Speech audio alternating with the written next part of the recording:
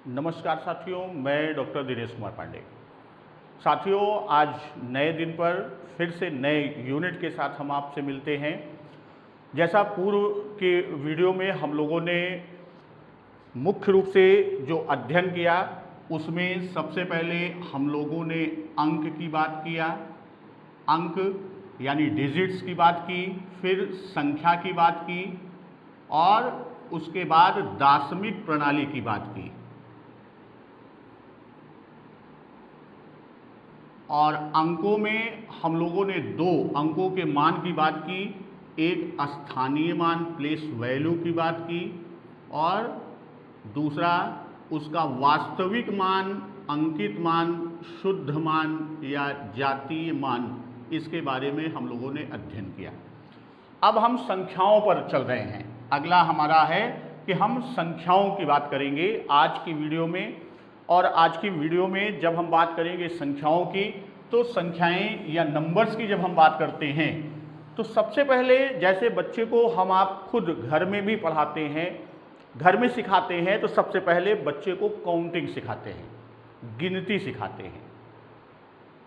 तो ये संख्याओं में पहली हमारी संख्या होती है कि जिसे हम क्या करते हैं, कहते हैं कि गिनती करने वाली संख्याएं,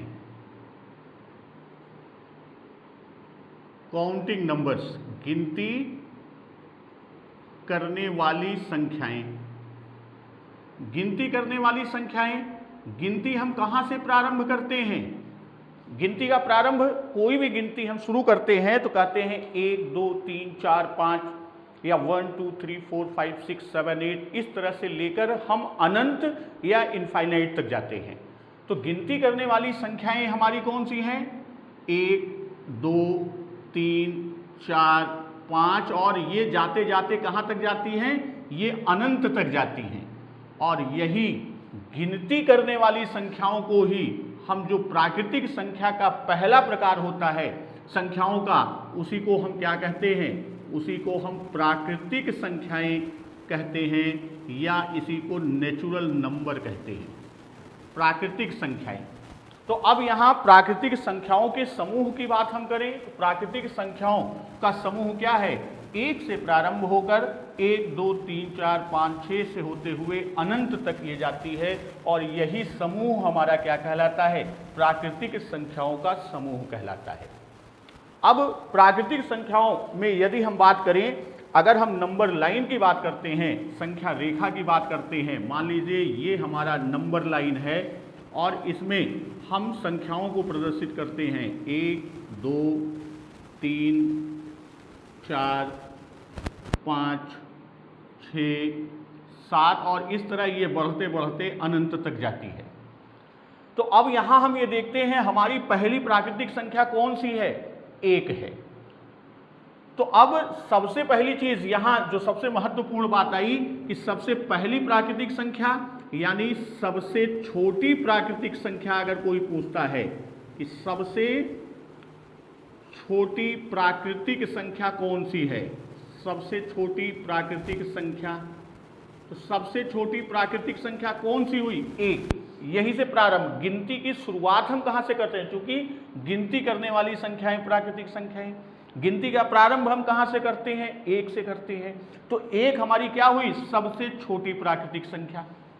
अब यहीं पर अगर हम देखें तो 1 के बाद 2, 2 के बाद 3, 3 के बाद 4, इस तरह संख्याएं बढ़ रही हैं। तो इसको इस तरह से समझें कि अगर हम 1 में 1 जोड़ दें तो हमको अगली संख्या 2 मिल रही है, 2 में 1 जोड़ दें तो हमको अगली प्राकृतिक संख्या 3 मिल रही है, 3 में 1 जोड़ दें तो अगली प्राकृतिक संख्या 4, 4 में 1 जोड़ दें तो अगली प्राकृतिक संख्या 5।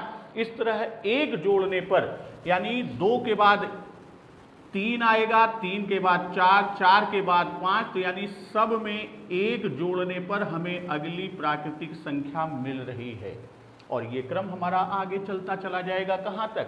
अनंत तक चला जाता है। तो हम ये कह सकते हैं कि किसी प्राकृतिक संख्या में, अब वह 1 2 3 4 से लेकर अनंत तक कोई भी संख्या हो, किसी प्राकृतिक संख्या में 1 जोड़ने पर उसकी अगली प्राकृतिक संख्या हमको मिल जाती है। या अगली प्राकृतिक संख्या प्राप्त होती है, और यही जो संख्या प्राप्त हुई है वह उस संख्या की अनुवर्ती या उत्तरवर्ती प्राकृतिक संख्या कहलाती है। अब यहां अगर कोई प्रश्न करता है कि 5 की अनुवर्ती संख्या, 5 की अनुवर्ती संख्या, 5 की अनुवर्ती संख्या की बात करेंगे तो 5 में 1 जोड़ दें और जो आएगा, यानी 5 की अनुवर्ती प्राकृतिक संख्या 6 है, 99 की अनुवर्ती प्राकृतिक संख्या क्या है, 100 है। अब इसी को अनुवर्ती या उत्तरवर्ती प्राकृतिक संख्या कहते हैं। अब इसी में एक चीज और हम देखते हैं, हमने आगे बढ़ने की बात की, अब यहीं पर हम बात करते हैं किसकी, कोई भी संख्या जैसे 7 है, 7 से पहले वाली संख्या यानी उससे 1 कम, 6 में 1 घटा दें तो 5, 5 में 1 घटा दें तो 4। हम इस तरह से समझें कि 7 में 1 घटा देते हैं तो उससे ठीक पहले वाली संख्या, 6 में 1 घटा देते हैं तो उसके पहले वाली संख्या, 5 में 1 घटा दें तो उससे पहले वाली संख्या। तो इस तरह किसी भी प्राकृतिक संख्या में, कोई भी प्राकृतिक संख्या है, यदि उसमें हम 1 घटा देते हैं तो हमें क्या मिलता है, उस संख्या की पूर्ववर्ती संख्या मिलती है। जो भी संख्या प्राप्त होती है उस संख्या की पूर्ववर्ती संख्या कहलाती है। यानी अगर हमें पूर्ववर्ती ज्ञात करना है, मान लीजिए हमें कहा गया कि 100 की पूर्ववर्ती संख्या, 100 की पूर्ववर्ती संख्या, तो 100 की पूर्ववर्ती संख्या क्या होगी, 100 में हम 1 घटा देंगे, यानी 100 की पूर्ववर्ती संख्या कितनी होगी, 100 की पूर्ववर्ती संख्या 99 होगी। इस तरह इसमें एक चीज तो हमने देखा अब कि प्राकृतिक संख्या में सबसे छोटी प्राकृतिक संख्या कौन सी है, सबसे छोटी प्राकृतिक संख्या, सबसे छोटी प्राकृतिक संख्या 1 है।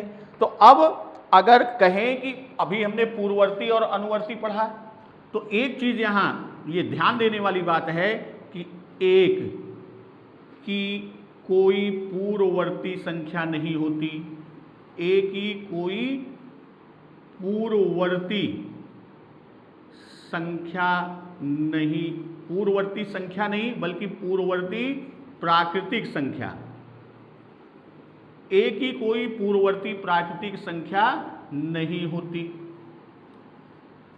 उसी तरह हम ये भी कह सकते हैं कि 1 जो है वह किसी प्राकृतिक संख्या की अनुवर्ती संख्या नहीं होती, 1 किसी प्राकृतिक संख्या, 1 किसी प्राकृतिक संख्या की अनुवर्ती प्राकृतिक संख्या नहीं होती, अनुवर्ती प्राकृतिक संख्या नहीं होती। अब एक चीज और यहां पर कि कोई भी प्राकृतिक संख्या सबसे बड़ी प्राकृतिक संख्या नहीं होती, कोई भी प्राकृतिक संख्या, कोई भी प्राकृतिक संख्या, कोई भी प्राकृतिक संख्या सबसे बड़ी प्राकृतिक संख्या नहीं होती, सबसे बड़ी प्राकृतिक संख्या नहीं होती। क्यों नहीं होती भाई, इस पर बच्चे का प्रश्न हो सकता है कि कोई भी प्राकृतिक संख्या सबसे बड़ी प्राकृतिक संख्या नहीं होती, क्योंकि उस संख्या में 1 जोड़ने पर, उसमें 1 जोड़ने पर, उसमें 1 जोड़ने पर उसकी उत्तरवर्ती संख्या प्राप्त हो जाती है, उसकी उत्तरवर्ती संख्या प्राप्त हो जाती है। ये तो हमारा प्राकृतिक संख्याओं यानी संख्याओं का पहला ही खंड, पहला प्रकार प्राकृतिक संख्याएं हैं। प्राकृतिक संख्याएं क्या हैं? गिनती करने वाली संख्याएं 1 2 3 4 5 6 7 8 से लेकर अनंत तक, वो प्राकृतिक संख्याएं हैं। प्राकृतिक संख्याओं का समूह है। एक की कोई पूर्ववर्ती प्राकृतिक संख्या नहीं होती और एक किसी प्राकृतिक संख्या की अनुवर्ती प्राकृतिक संख्या नहीं होती।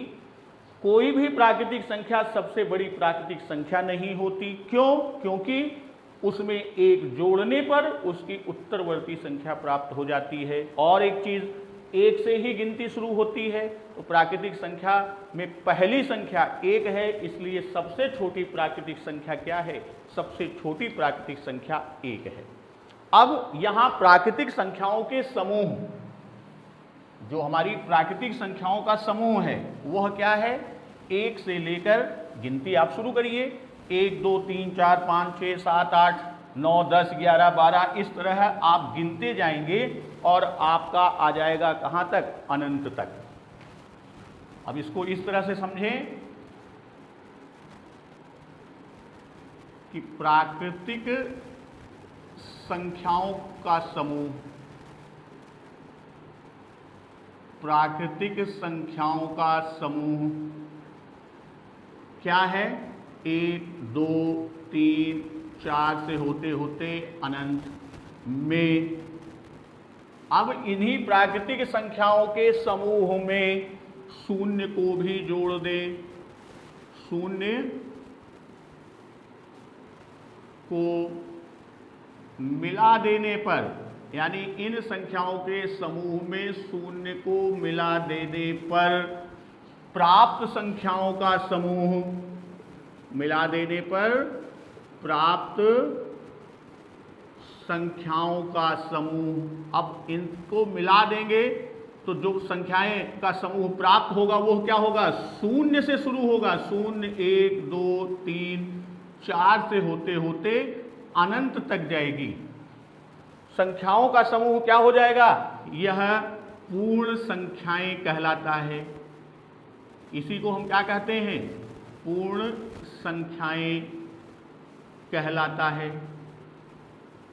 यानी अब पूर्ण संख्याओं का समूह क्या हो गया? अगर हम ये कहें कि पूर्ण संख्याओं के समूह की हम बात करते हैं, तो पूर्ण संख्याओं का समूह अब क्या हो गया? पूर्ण संख्याओं का समूह शून्य से शुरू होकर, पूर्ण संख्याओं का समूह 0 1 2 3 4 5 6 से होते होते कहां तक जाता है? यह अनंत तक जाता है।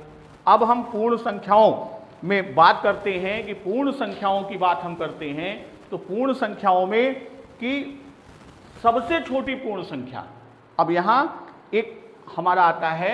सबसे पहली बात हम ये जाने कि हमारी सबसे छोटी पूर्ण संख्या, सबसे छोटी पूर्ण संख्या कौन सी हुई? इस समूह में आप देखिए, पूर्ण संख्याओं के समूह में सबसे छोटी पूर्ण संख्या क्या है? 0। सबसे छोटी पूर्ण संख्या 0 हो गई। सबसे बड़ी पूर्ण संख्या कोई पूर्ण संख्या नहीं होगी। क्यों? क्योंकि उस संख्या में एक जोड़ देंगे तो उसकी उत्तरवर्ती पूर्ण संख्या प्राप्त हो जाएगी। इसलिए कोई भी पूर्ण संख्या सबसे बड़ी पूर्ण संख्या नहीं होती। और किसी पूर्ण, अब यहां पर एक चीज और विशेष जो हम ध्यान देंगे कि कोई भी पूर्ण संख्या है, भाई कोई भी पूर्ण संख्या, कोई भी पूर्ण संख्या, इसमें हम 0 को जोड़ दें। अब मान लीजिए पूर्ण संख्या हमारी 9 है और इसमें हम 0 को जोड़ देते हैं तो हमें वही संख्या प्राप्त होती है, वही संख्या प्राप्त होगी, यानी 9 ही प्राप्त होगा। तो इस तरह हम कह सकते हैं कि किसी पूर्ण संख्या में 0 को जोड़ने पर वही संख्या प्राप्त होगी। इसीलिए 0 को पूर्ण संख्याओं में योग का तत्समक अवयव कहते हैं। इसी कारण से क्या कहते हैं? 0 को पूर्ण संख्याओं में, 0 को पूर्ण संख्याओं में योग का तत्समक अवयव कहते हैं। योग का तत्समक अवयव कहते हैं। एक प्रश्न ये भी बहुत ही इंपॉर्टेंट है कि पूर्ण संख्याओं में योग का तत्समक अवयव किसे कहते हैं? योग का तत्समक अवयव किसे कहते हैं? योग का तत्समक अवयव शून्य को कहते हैं। फिर इसी तरह यदि किसी पूर्ण संख्या में एक से गुणा करें तो गुणनफल वही संख्या प्राप्त होती है। दूसरी चीज हम देखें कि कोई भी पूर्ण संख्या है, कोई भी पूर्ण संख्या, उसमें एक से गुणा करते हैं तो वही संख्या हमें प्राप्त होती है, वही संख्या प्राप्त होगी। तो इसका मतलब मान लीजिए एक पूर्ण संख्या हमने 13 लिया, एक से गुणा किया 13 प्राप्त हुआ। 109 लिया, उसमें एक से गुणा किया 109 प्राप्त हुआ। तो इस आधार पर हम ये कह सकते हैं, इसके आधार पर हम क्या कह सकते हैं? इसके आधार पर कि पूर्ण संख्याओं में एक से गुणा करने पर, पूर्ण संख्याओं में एक से गुणा करने पर, भाई पूर्ण संख्या में हमने एक से गुणा किया वही संख्या प्राप्त होती है, तो पूर्ण संख्याओं में एक से गुणा करने पर गुणनफल वही संख्या प्राप्त होती है। इसलिए एक को पूर्ण संख्याओं में गुणन का तत्समक अवयव कहते हैं। इसलिए एक को क्या कहते हैं? एक को पूर्ण संख्याओं में, एक को पूर्ण संख्याओं में गुणन का तत्समक अवयव, गुणन का तत्समक अवयव कहते हैं। ये भी प्रश्न बहुत पूछा जाता है कि निम्न में पूर्ण संख्याओं में गुणन का तत्समक अवयव है तो किसे कहते हैं? क्या गुणन का तत्समक अवयव किसे कहते हैं? एक को पूर्ण संख्याओं में गुणन का तत्समक अवयव कहते हैं। तो साथियों, आज संख्याओं में हम लोगों ने दो प्रकार की संख्या, प्राकृतिक संख्या और पूर्ण संख्या, हमने अध्ययन किया, इसके बारे में जाना। अब अगली वीडियो में संख्याओं के अगले खंड यानी पूर्णांक अर्थात इंटीजर्स की बात हम करेंगे। इंटीजर्स में भी आपकी प्राकृतिक संख्या, पूर्ण संख्या और साथ ही साथ आपका क्या आएगा? नेगेटिव इंटीजर्स की बात हम करेंगे, ऋणात्मक पूर्णांक की बात करेंगे। तो पूर्णांक के खंड को हम लोग अगली वीडियो में अध्ययन करेंगे। तब तक नमस्कार, वंदे मातरम।